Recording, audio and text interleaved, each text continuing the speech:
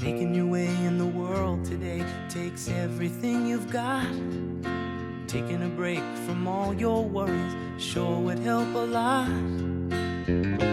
Wouldn't you like to get away? All those nights when you've got no lights, the check is in the mail, and your little angel hung the cat up by its tail, and your third fiancé didn't show. Sometimes you wanna go where everybody knows your name, and they're always glad you came. You wanna be where you can see our troubles are all the same. You wanna be where everybody knows your name.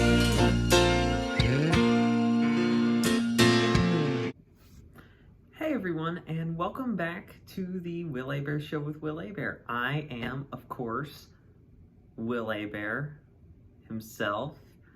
We are at week 7 of fantasy football now, halfway to the playoffs. So it's really flown by, hasn't it? Anyway, enough with the monologue here. I know what you guys really want is some scores and what happened, especially if you won. So let's jump over there, shall we? For our first game, I just wanted to get the cheating scandal out of the way first. We had our championship rematch between number 2, Will's Roethlisberger helper, against number 7, B3's All I Do Is Win. While many would call that name ironic, yes, I'm still going to talk trash, even though Dad cheated out a win. I had 83 points, my lowest of the season, and Dad had 104 points. Very terrible, mediocre week for him, as always. So how did I shoot myself in the foot, you may ask? Well, Cooper Kupp, my number 1 pick, was on bye week this week, and we had 0 points from Mark Andrews, the stud tight end from Baltimore, and Amon-Ra St. Brown had 1 point, as he had a concussion in the first quarter. As for Dad's team, he wrongfully benched Lamar Jackson again. Kenny Pickett is still not outscoring him. But he was given a victory because DeAndre Hopkins, I'm sure you're glad to have him now at this stage in the season. He had 20 and George Pickens had 18. So, solid week.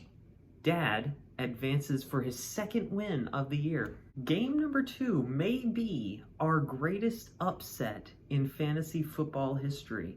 We had number 1, Kathy's Goal Digger, taking on number 8, Nini's It's in the Bible team. Final score, Kathy 89, Nini 134, picking up her first win of the year.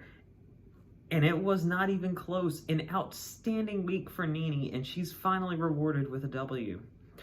For Kathy's team, Justin Jefferson, a top pick, was on bye. Christian McCaffrey had 8 in his first week at the 49ers, and her top scorer was Juju Smith-Schuster, who had a very solid 25 points. As for Nini, 134 points. All of her people did well. Most notably, Patrick Mahomes with 27.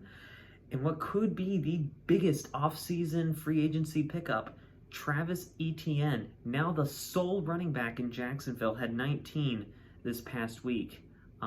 So she's got to be pretty excited about having him on her team.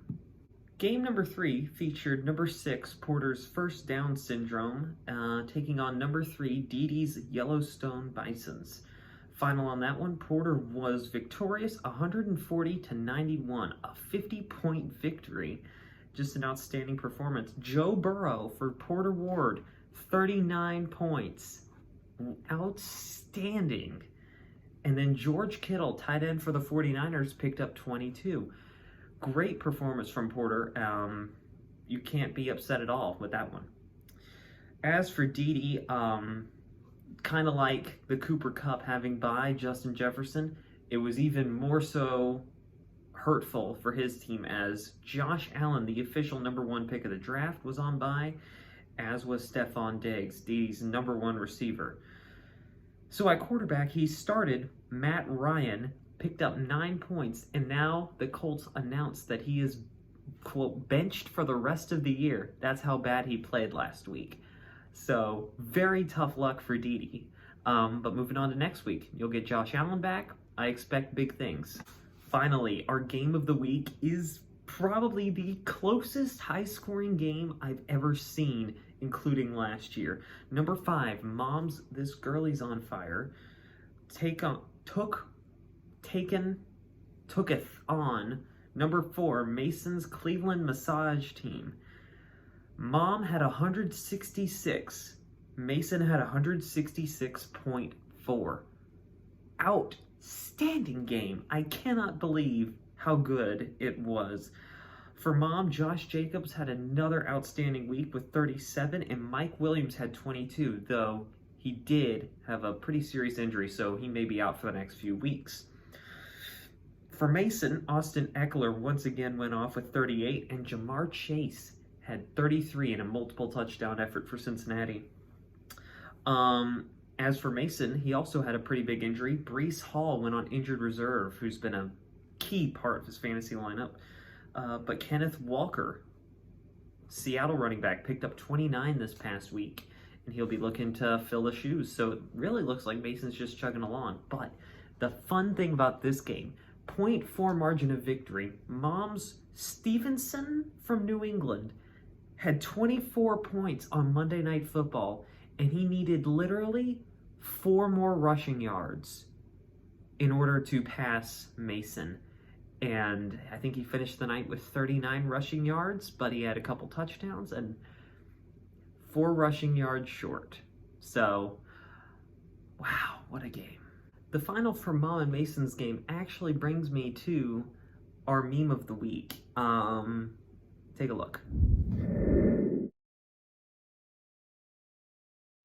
I unpacked frustrating first,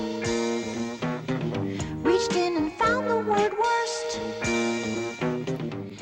So, on to the awards section we go, and first and foremost is, of course, the Golden Chainsaw, and I don't think that there is any debate for who this goes to. Nini, congratulations, Golden Chainsaw, your first of the year, picking up your first win of the year, snapped your 6-game losing streak. I know, you're welcome for bringing that up.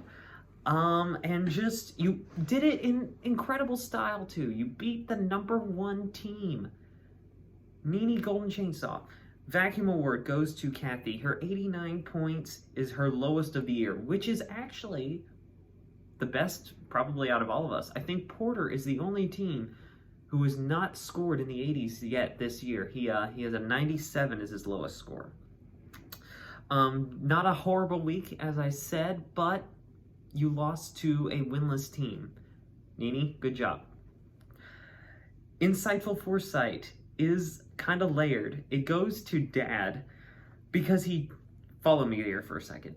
He traded Kyle Pitts away and he got Keenan Allen. So Kyle Pitts is gone. Then he had Keenan Allen and dropped Keenan Allen. So he literally traded Kyle Pitts for nothing. An outstanding foresight move. Kyle Pitts went on and did nothing this week. I picked up Keenan Allen and he did nothing this week. And Dad is just big-brained the entire operation. Insightful foresight. Condor Award goes to me. And I think this goes without saying. Mark Andrews finished the day with no catches. Amon-Ra St. Brown had 1 catch for 4 yards. And then Keenan Allen took himself out of the game. Yes, that actually happened at halftime. Finished with 3 points. So anyway, let's go on to the new AP poll. So, for the AP poll, despite losing to Nini, Kathy remains atop the leaderboard at #1, standing at a 5-2 record. Very strong season. At #2, we have Mason jumping up from the 4 spot. He is also 5-2. #3 is me. That rhymes. I'm a poet and I don't know it. Sitting at 4-3, dropping a spot from 2. Number 4 is Didi, also 4-3, and dropping a spot from 3. At number 5 is Porter, above 500 for the first time this year at 4-3. What a win streak he's on. You guys better watch out for him. He's kind of on fire. At number 6 is Mom, dropping below 500 for the first time this year, sitting at 3-4. At number 7 is Dad, 2 wins on the year. Seems pretty fair. And number 8 is Nini, despite a great win, 1 win. So look to see that continuing next week. Anyway, next segment, I'm going to shoot it over to our correspondent Didi for our, well, I'll let him explain it for you. We have reached the halfway point in the 2022 fantasy football season, and it's interesting to see the standings with 2 new managers among the 5 teams above 500. My assignment this week is to evaluate each team's performance and assign each team a grade, which reflects the team's overall performance through the first 7 weeks. In assigning grades, I considered 2 measures. First, the total points scored during the first 7 games. Second, the win-loss record of each team. Without question, the greatest amount of weight should be given to the total points accumulated during the first 7 weeks of the season.